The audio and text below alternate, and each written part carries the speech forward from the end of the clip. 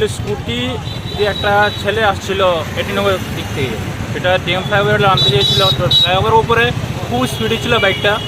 হ্যাঁ, তখন আমি বাড়িতে যাচ্ছিলাম, তখন আমি দেখি তার বাইকটা খুব স্পিডে ছিল। তখন ওর পরে খুবই ইনজিউর্ড হয়েছে। তো আমি থানা গিয়ে কল করেছি, ফায়ার সার্ভিসে কল করেছি। ফায়ার সার্ভিস এসে লোকটাকে নিয়ে গেছে থানা হসপিটালে, আর স্কুটিটা আমি থানাতে হ্যান্ড ওভার করে দিয়েছি। মানে এটাতে কি কাউ মানে কারো একজন ছিল গুরুতর আহত।